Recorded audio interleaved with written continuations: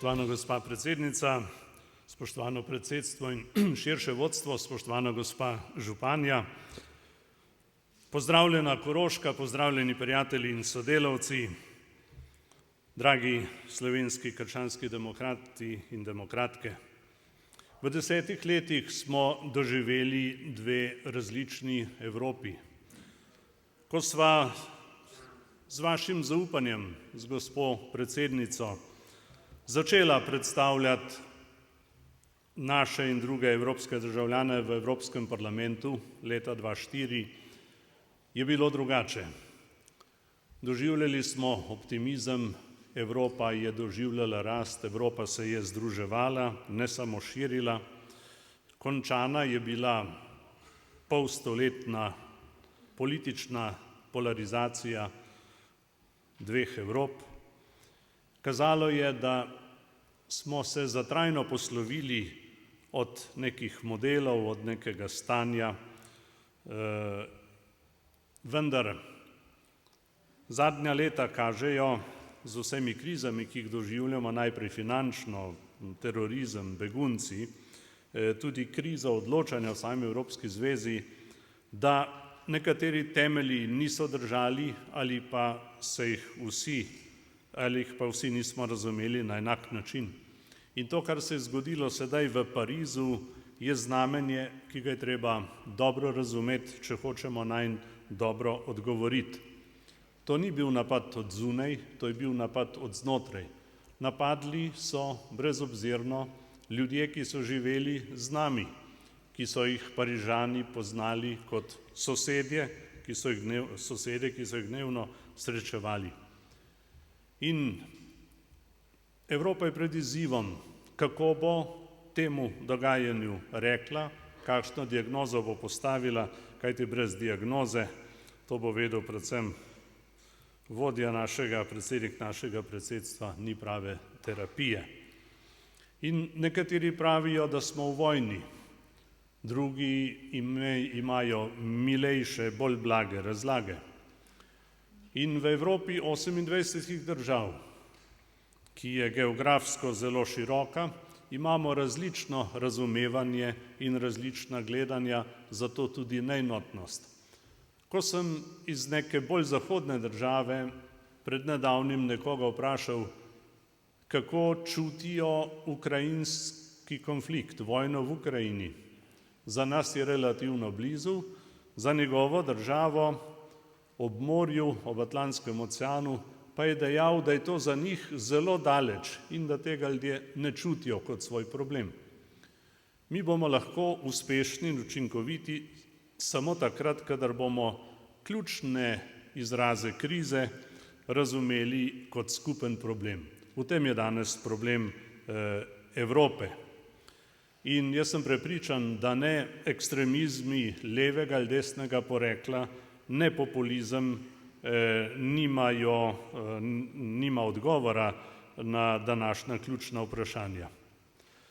In Evropa mora rešiti problem svoje učinkovitosti in problem svoje šibke politične volje. Če bi imeli močno politično voljo, če bi uporabili našo voljo s pomočjo naše visoke predstavnice in podpredsednice Evropske komisije za zunanjo politiko, gospo Mogherinijevo, potem se ne bi ukvarjali s tako begunsko krizo, s kakršno se. Mi nismo uspeli delovati ne preventivno, ne kurativno, zgodili so se spopadi, zgodil se je tako rekoč civilizacijski spopad. V Siriji in Iraku teče več vrst vojn, hkrati politična, verska in še kakšna druga, mednacionalna. In če seveda nismo močni z preventivnimi akcijami in neenotni glede kurativnih akcij, seveda potem se ni treba čuditi, zakaj je toliko beguncev. In tukaj bi rad povedal nekaj besed, da ta begunski val, ki ga doživljamo, je zelo drugačen od beguncev, ki jih poznamo po drugi svetovni vojni ali beguncev v času hladne vojne. Ti begunci, ki so imeli probleme s svojo politično mislijo, s svojo drugačnostjo, so bili veseli zaščite in varstva kjerkoli, tako rekoč na tem svetu, in nekateri, vključno z našimi, so potovali zelo daleč. Begunci, ki jih imamo pred seboj, izbirajo sami, kam bodo šli. Njih ne zanima azil v Sloveniji, na Hrvaškem ali v Avstriji, njih ne zanimajo kvote, oni so se namenili v Nemčijo in tam večinoma tudi zaenkrat vsi pristajajo. Ampak vidite, da tudi v Nemčiji narašča politična napetost, da tudi v CDU-ju ni tako enostavno, da ima CSU nekoliko drugačne poglede kot CDU in tako naprej. Tudi Nemčija ima meje politične vzdržnosti, ko gre za begunce. In v tej situaciji danes oziroma že nekaj tednov nisem slišal kritike na politiko madžarskega predsednika vlade Orbana.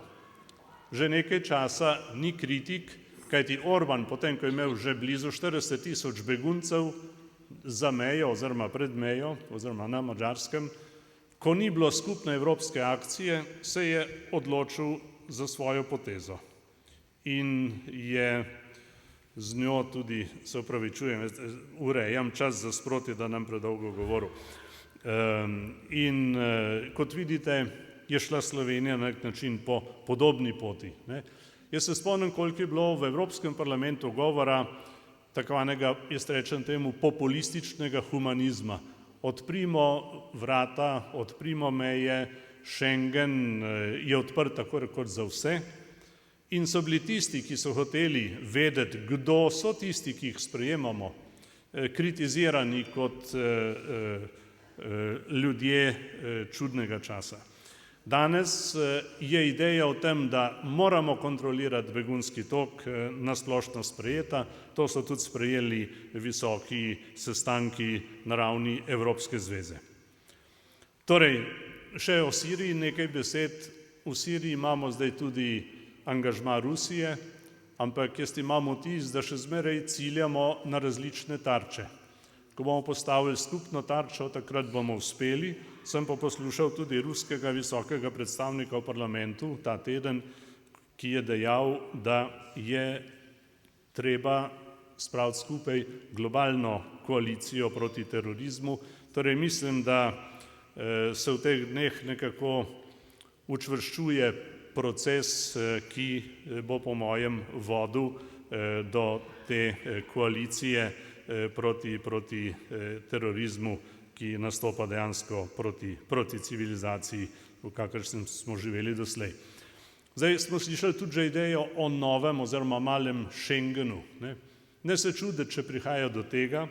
Evropska zveza bo morala najti odgovor na izziv in nekontroliran oziroma vsiljen tok migrantov lahko povzroča samo več političnih in drugih posledic. In to, kar se je zgodilo v Parizu, seveda dviga občutljivost, dviga različne glasove, tudi protievropske. In evropske stranke, če hočejo krepiti zaupanje ljudi, morajo pokazati, da so sposobne vzdrževati oziroma da je evropska politika sposobna držati kontrolo na zunanji meji. Spomnite se Ciprasa, kaj je govoril, ko se je pogajal za evropsko pomoč. V nekem trenutku se spomnim, je rekel, če ne boste dali milijard, bom rekel po domače, bomo spuščali begunce. Grčija je dobila milijarde, ampak ni zadržala še nobenega begunca. Skratka, mali Schengen je nova ideja in jaz se ne bom čudil, če bo do nje prišlo.